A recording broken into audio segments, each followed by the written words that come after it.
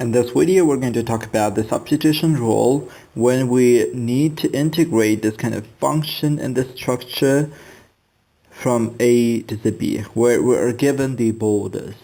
So we've seen previously that if we are given the function under the integration in this form, in the structure, so we are going to denote the g of x as some u as a new variable, and its derivative, which is going to be g prime of x dx as the du, and we can get the new integration. So this is going to be u, and this is going to be du. So our integration is going to be f of u du. So now, whenever we've got here dx, it means that the borders of your integration are changing with respect to the x. So now, if we are changing this integration with the u, so du, it means that I need to put here the two numbers. So how the u is changing actually, right? So the u is equal to the g of x, right? So if x is equal to the a, what's the u? So u is going to be equal to the g of a. And if x is equal to the b, because so here I've got the x and here I've got the b. If x is equal to the b, then what's the u? This is going to be g of b. So this is how we are going to evaluate the integration using the substitution rule in the for the definite integrals. So let's do an example. So let's say we're given this integral. We are going to make the new notation, right? So I see here so here it's very simple one, because the tx plus 1 is going to be denoted as the u. U is equal to the tx plus 1. Now I'm going to take the differentiation from both of the sides. It's going to be du in the left hand side. So because the derivative of the u with respect to the u is simply equal to the 1. And what's the derivative of the tx plus 1 with respect to the x? It's equal to the 2 simply, right? And we have to multiply this to the dx. So here actually I've got the u and I've got the du as well, right? So in order to make a du, I have to multiply this to the 2 here, and I have to divide this to the 2 here. Okay, so now we can just substitute everything. So this is going to be the integration of the 1 over 2, integration of the square root of u multiplied to the du. And the only thing which we have to also take into the account that now the borders of this integration should tell us how the u is changing, not the x, right? So if I substitute the x to be equal to the 0, so this is x is changing from 0 to the 4. How the u is changing? So I just need to substitute x to be equal to the 0. It is the formula of the u, which is going to be equal to the u is equal to the 1 when x is equal to the 0. Then I have to substitute x is equal to the 4 to here. It's going to be 2 multiplied to the 4 plus 1. It's going to be 9. So basically when x is equal to the 4, u is equal to the 9. Then we're going to just evaluate this integration. It's going to be 1 over 2, u in the power of 1 over 2 plus 1 multiplied to the 1 over 2 plus 1. We have to evaluate this from 1 to the 9. So let's make the simplification. So this is going to be 3 over 2. Whenever it goes up, it's going to be 2 over 3 multiplied to the 1 over 2, u in the power of 3 over 2. We have to substitute the 1 and 9. So if you substitute the 9, it's going to be, so let's substitute this. It's going to be 1 over 3 taken out from the brackets. I have to substitute the 9. It's going to be 9 in the power of 3 over 2 minus 1 in the power of 3 over 2. So 9 in the power of 1 over 2 is the square root of 9, which is 3. Then 3 in the power of 3 is going to be 3 cubed, which is equal to the 27. It's going to be a 1 over 27 minus the 1 in the power of 3 over 2 is again 1, which is going to be equal to 26 over 3. Okay, well, we could do this in a different way as well. So what we could do is, so you can just integrate this function as an indefinite integral, then you come back to your previous variable, to the x, then you evaluate this for the definite values of the x. So let me show you what I mean. So we just need to integrate this function, square root of 2x plus 1, multiplied to the 2 dx divided to the 1 over 2.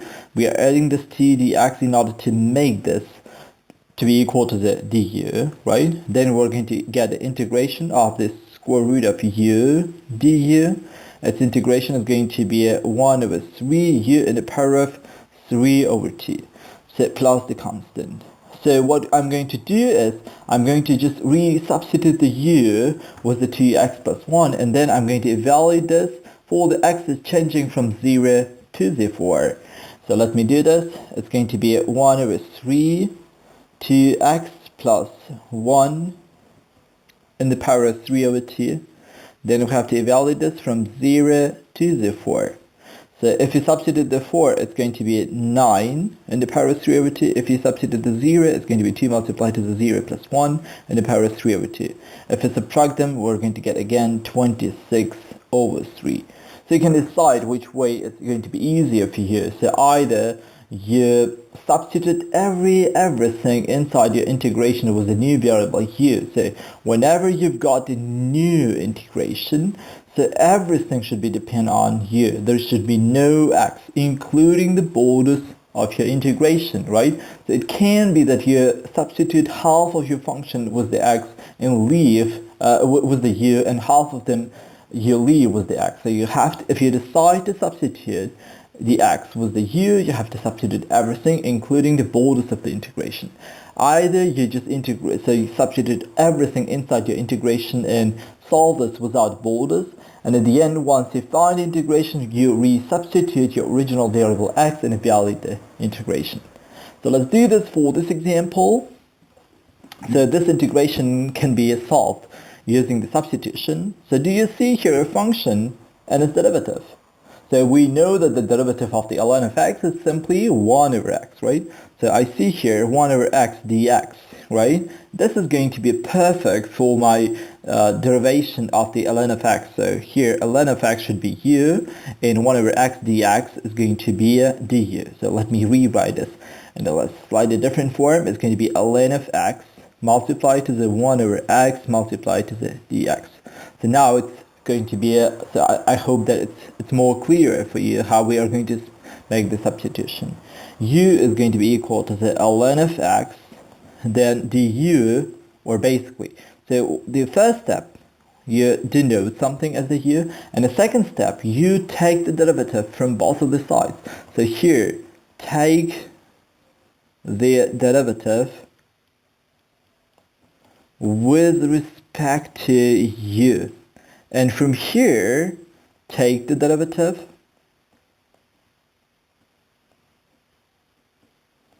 with respect to x. Okay? Then, so if you take the derivative with respect to the u on the left hand side, it's going to be simply 1. But we have to multiply this to the du because it shows us we're just taking the derivative with respect to the u. And this is equal now to the derivative of the ln of x, which is going to be 1 over x. And we have to multiply this to the dx because it shows us we've just taken the derivative from the ln of x with respect to the x. So now this is going to be a perfect condition, so the perfect candidate for the du. And this ln of x is going to be the candidate for the u. So that's it. So the only thing which we have to do is we have to substitute every appearance of the x with the u, including on the borders of the integration. It's going to be u multiplied to the du. So now I would like to know here this is going to be x is changing from 1 to the x is changing from the to the e. So whenever x is equal to the 1, what's going to be the u? So I have to just substitute this to here. So if I substitute the 1 to the ln of x, it's going to be give me 0. And whenever x is equal to the e, so if I just substitute this, it's going to give me 1. So we just need to now integrate this. The integration of the u is going to be u in the power of 2 over 2, we just substitute the 0 and 1. If we substitute the 1, it's going to be 1 over 2 minus 0 over 2, which is going to be simply 0. So the answer is 1 over 2. So let's consider another example. So, good. So we just need to try to make the substitution. So I think this should be, again, a simple one, because 3 minus 5x is going to be a good candidate for the substitution. U is equal to the 3 minus 5x. Then again, take the derivative from this side with respect to the u, and from this side with respect to the x. And again, multiply this side, the left-hand side, to the du, because you're taking the derivative with respect to the u, and multiply the right-hand side to the dx, because you're taking the derivative with respect to the x. So this side is going to be simply 1 multiplied to the du, and this side is going to be minus 5 multiplied to the dx, because the derivative of the side with respect to the x is simply minus 5. So here I have simply dx, I have to make it minus 5 dx, right? So let's just make it minus 5 dx. So that is why I have to divide this to the minus 1 over 5, so that they are going to cancel and I will have the original integration, right? So let's substitute everything here. It's going to be minus 1 over 5, the integration of du, right? Because minus 5 dx is going to be simply du divided to the u in the power of 2. The only thing which is left is that I have to substitute the modulus of the integration as well. So here, x is changing from 1 to the 2. I just would like to know how the new variable u is changing, right? So if x is equal to the 1, I just need to substitute this 2 here. It's going to be so when x is equal to the 1, this is going to be 3 minus 5 multiplied to the 1, which is equal to the minus 2. So I'm going to just substitute here minus 2. And whenever x is equal to the 2, so u is, when x is equal to the 2, 3 minus 5 multiplied to the 2, it's going to be 3 minus 10, which is equal to the minus 7. So here I just will just put minus 7. So please note that this border looks strange because the upper border is smaller than the lower one, but you can always change them by just multiplying your integration to the minus. So basically, if you just change this from minus 7 to the minus 2, then your integration from minus becomes plus. So it's going to be 1 over 5 simply. So I'm going to rewrite this integration as a u in the power of minus 2 du. Now, just using the formula for the integration of the power functions, I'm just going to open up the brackets. It's going to be u in the power of minus 2 plus 1 divided to the minus 2 plus 1. We have to substitute minus 7 and minus 2. So this minus 1 becomes to here. It's going to be minus 1 over 5. I'm going to take this out from the brackets. It's going to be u in the power of minus 1, right? So u in the power of minus 1, we have to substitute minus 7 and minus 2. So let's do this. Minus 1 over 5. So if I substitute the minus 1 over 2, it's going to be, minus 2 is going to be minus 1 over 2.